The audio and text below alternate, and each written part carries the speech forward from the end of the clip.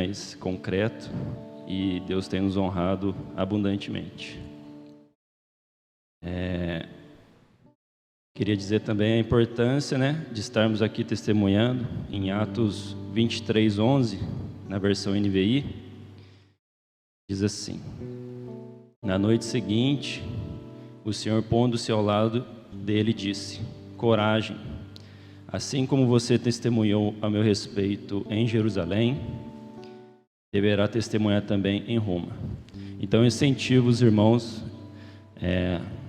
a vir aqui testemunhar, as bênçãos que cada um tem recebido, que não esperava em apenas uma bênção que tanto está esperando, mas todo dia temos bênçãos para compartilhar um com o outro no trabalho, dentro da sua família, e aqui também na igreja, Agradeço a oportunidade da igreja estar aqui, agradeço a Deus por essa oportunidade, porque se estamos testemunhando é porque temos bênçãos para testemunhar, e que todo dia nos cultos tenhamos testemunhos para glorificar a Deus, porque quando Deus nos abençoa, essa bênção, além de nos abençoar, ela transborda para abençoarmos quem está próximo de nós, E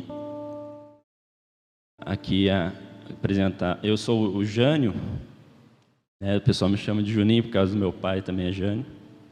A Vivi, minha esposa, o Lucas e a Laura. Semana que vem vão estar completando 10 aninhos, né, filho? E eu e a Vivi, a gente é casado no civil há 15 anos. E vivíamos uma vida lá fora, mesmo meu pai tendo se convertido quando eu ainda era criança, eu tive um relacionamento muito superficial. Então, depois não permaneci na casa de Deus. Então, vivíamos lá fora uma vida com vícios e costumes mundanos e que desagradava a Deus. Então, a gente vivia inconscientemente, a gente estava sempre buscando um preenchimento, uma felicidade que o mundo não nos traz. E a gente pode ler em João 14:27, NVT: eu lhes deixo um presente, a minha plena paz. E essa paz que eu lhes dou é um presente que o mundo não pode dar.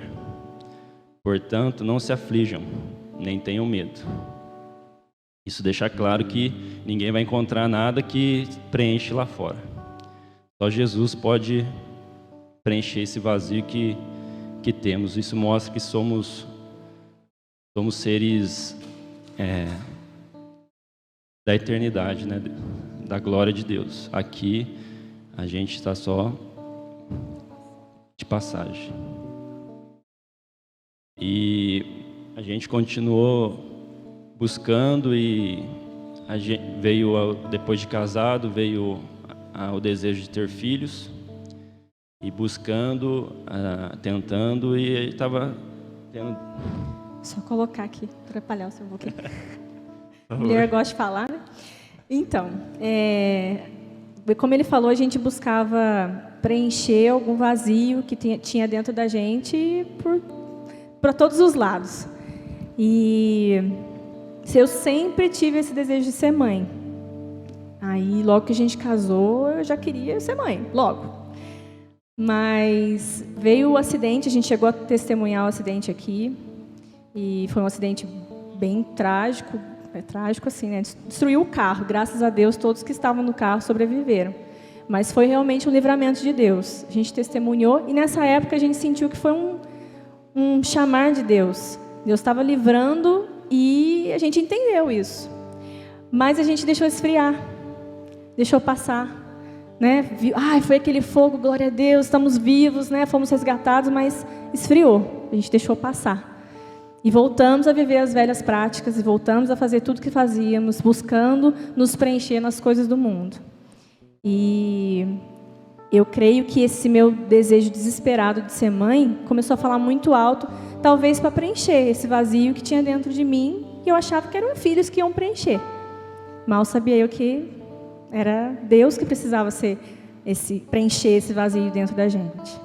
E nessa busca, já tinha parado de tomar remédio, já estava fazendo tratamento para cisto no ovário, mas os filhos não vinham. E aí... E a Vivi fez vários tratamentos e chegou um ponto que o médico falou, será que a gente não está com problema com o pai? E a gente foi examinar, fiz alguns exames e realmente em 2010 eu fiz um exame de fertilidade. E no exame para considerado fértil, a taxa teria que ser 1. E no meu exame constava 0,1. Então, para os médicos, seria impossível eu poder ser pai naturalmente. E glória a Deus, o tratamento deu certo. Foi onde a gente engravidou das crianças. E seguimos em frente. E graças a eles, por influência dos meus pais traziam eles à igreja, e a gente ainda sem frequentar, afastado do caminho, começou a nos constranger e a gente precisava dar bons exemplos para eles, e a gente não podia falar para eles virem e a gente não via. Então, graças a essa influência dos meus pais, a influência deles sobre a gente começou a frequentar a igreja. O Ministério Infantil, sempre uma bênção, e as crianças aprendiam muitas coisas. E eles chegavam em casa perguntando, falando e cobrando. Vocês não vão? Vocês não vão à igreja? E aí, vocês não vão orar? Como é que a gente vai ensinar as crianças no caminho, querer que eles façam certo, se a gente não está fazendo? Ontem teve uma palavra abençoadora da irmã Melina, falando exatamente sobre isso. Como é que a gente quer que os filhos andem no caminho estreito, que é o ideal para nós cristãos, se a gente está andando no caminho largo? Então, foi difícil, a gente precisava acertar a vida para que eles pudessem ter um futuro melhor na presença de Deus, né? Nós temos um trabalho aqui que é extraordinário com as crianças. Nós somos privilegiados porque as crianças têm liturgia, tem um culto, tem o louvor, tem a palavra, tem a parte de missões, tem as tarefinhas deles são complexas. Então, a gente tem que honrar essas pessoas, esses líderes que aqui estão, e faz do Ministério Infantil uma obra realmente dedicada ao Senhor. Mas aí, a gente passou a frequentar a igreja. Era um relacionamento superficial, mas já começou a se aproximar do Pai.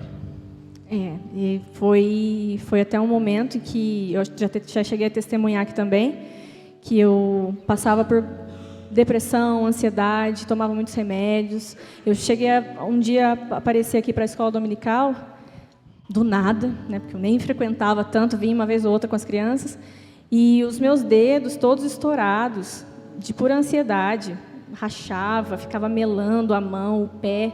Eu me lembro de olhar para o meu pé, eu estava com rasteirinho, porque eu não tinha como colocar tênis, todinho melado, e eu com algodão, as coisas assim, para não ficar fazendo, né, pesando.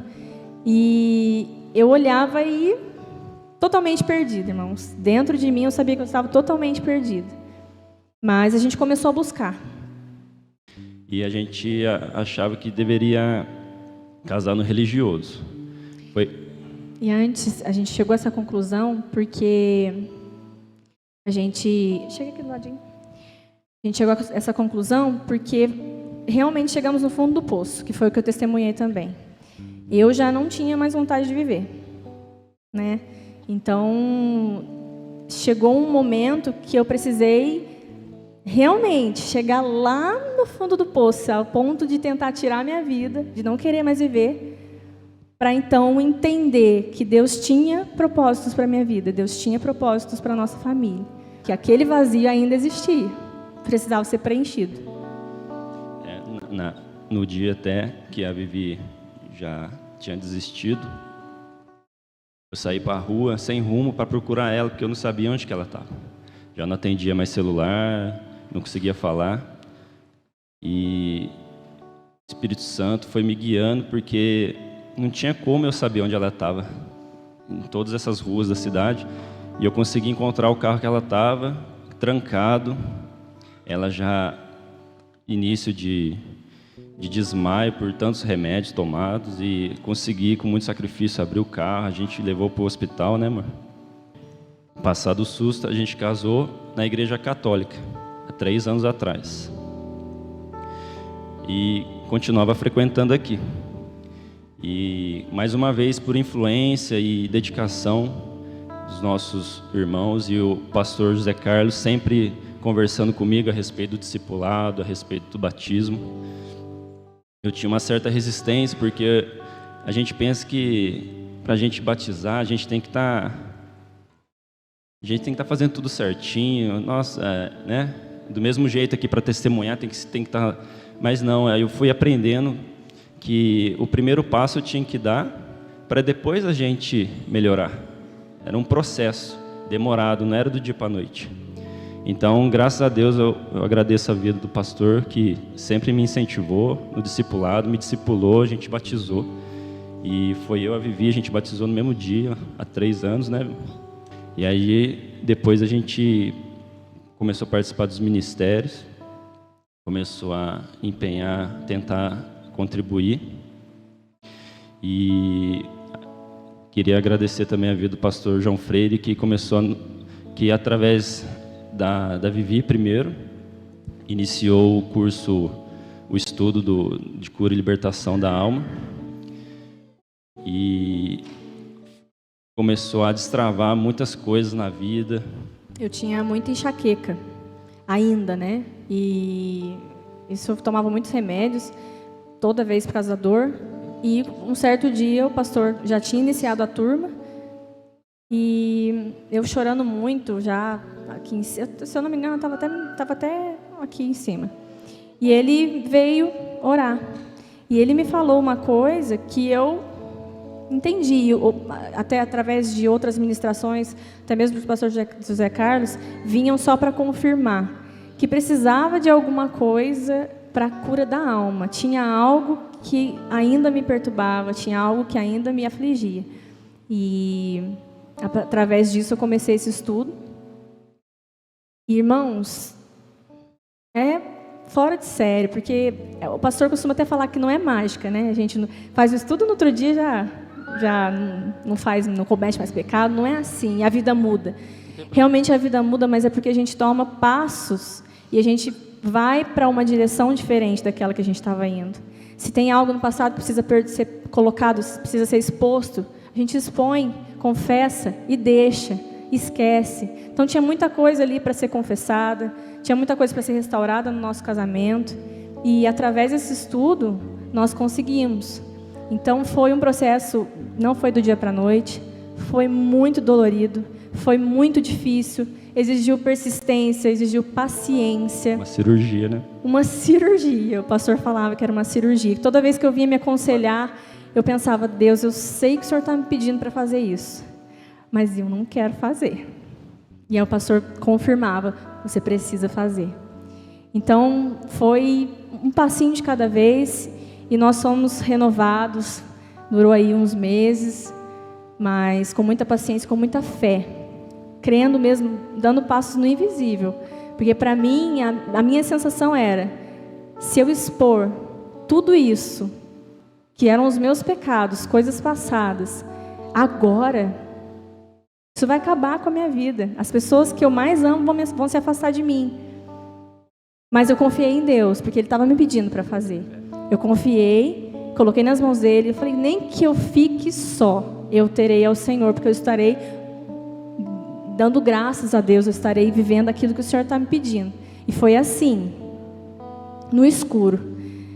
Mas Deus restaurou o que eu achava que era bom, agora está maravilhoso. Amém. O estudo foi um divisor de águas. A gente subiu um nível bem nítido após o estudo, e a gente amadureceu. Até mesmo antes do estudo, O que eu quero deixar claro para os irmãos é esse relacionamento. Não vai existir uma mudança do dia para a noite. É aos pouquinhos, conforme vai fortalecendo seu relacionamento, sua fé vai aumentando, as bênçãos vão aumentando e você vai progredindo. Antes mesmo do estudo, na virada de ano, eu assisti um culto sobre os dízimos e eu não tinha condições de dizimar. Eu tentava, antes do Réveillon, eu tentava calcular e não tinha como eu dizimar. Não sobrava o dinheiro. Então eu orei, fiz um propósito que em janeiro, na virada do ano, eu ia dizimar, independente se desse ou não desse.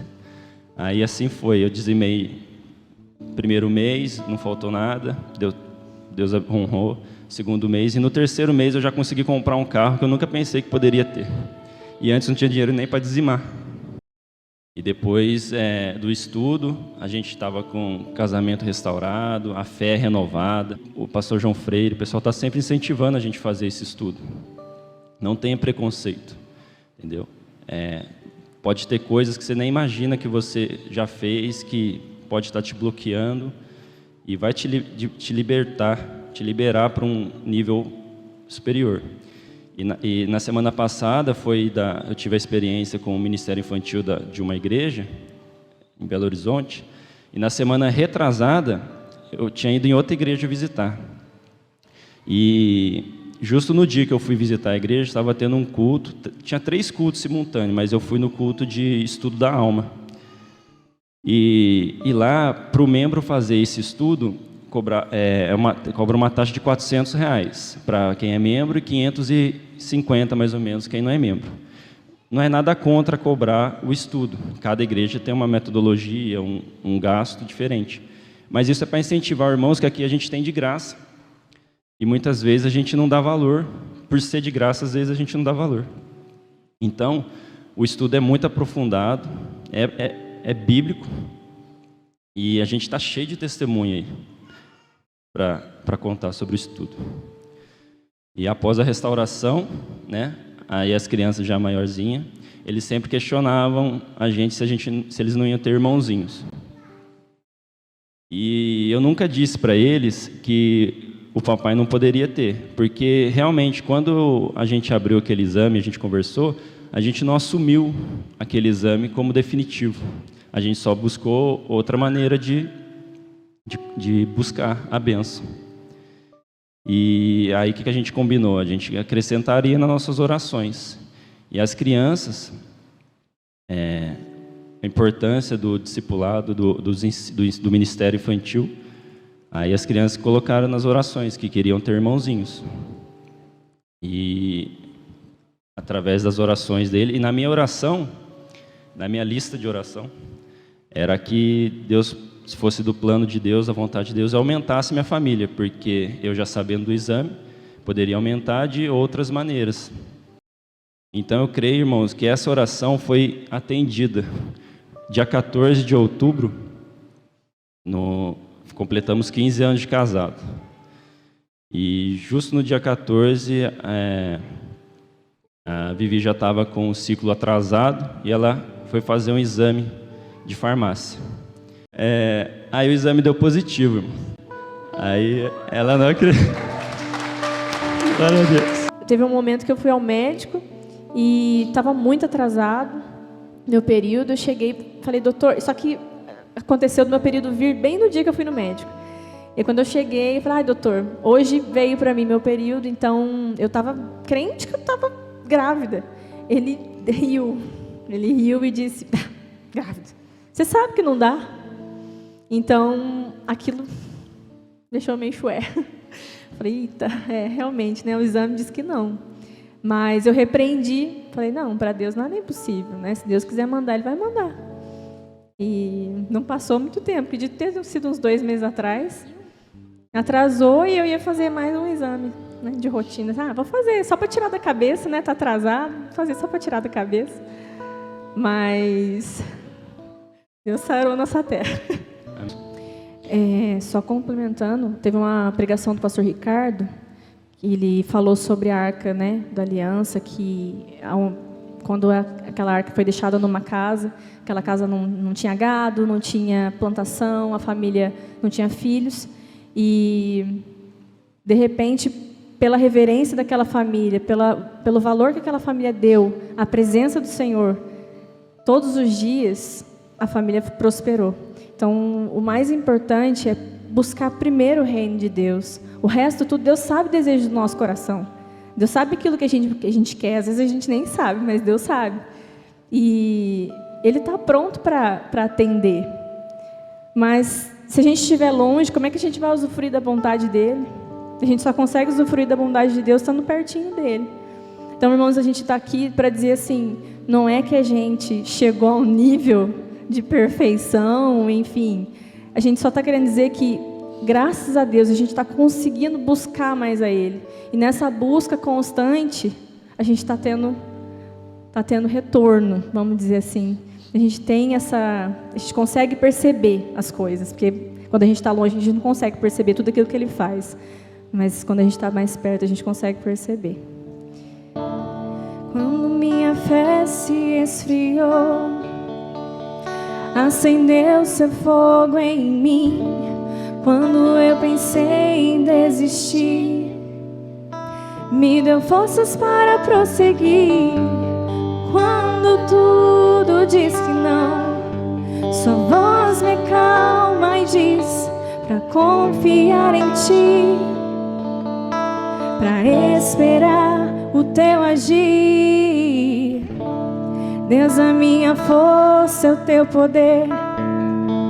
Eu sei que tens o melhor pra mim. Os seus planos não se frustrarão. Sua palavra vai cumprir em mim, pois não há outro como tu, a quem eu devo olhar e confiar. Não há um Deus assim, tão bom pra mim, que me ama, e foi esse amor que me atraiu e trouxe esperança pro meu coração, que aumenta a minha fé pra crer, que aumenta a minha fé pra ver que tudo é possível, tudo é possível, tudo é possível para ti. E nada é impossível, nada é impossível, nada é impossível pra quem crê.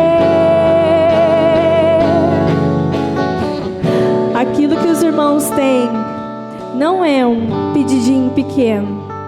Não tem pedido pequeno para Deus. Não tem causa pequena. Deus sabe aquilo que tem no seu coração. Então coloca diante dele, busca ele primeiro. Não tem ninguém que chegou e falou: eu busquei primeiro o reino de Deus e fui decepcionado. É impossível. Porque os planos dele são muito maiores que os nossos. Então tudo é possível para Deus. Para nós é impossível, mas para ele não é. Glória a Deus, irmãos. Amém. Obrigada pela oportunidade. Desculpa a demora.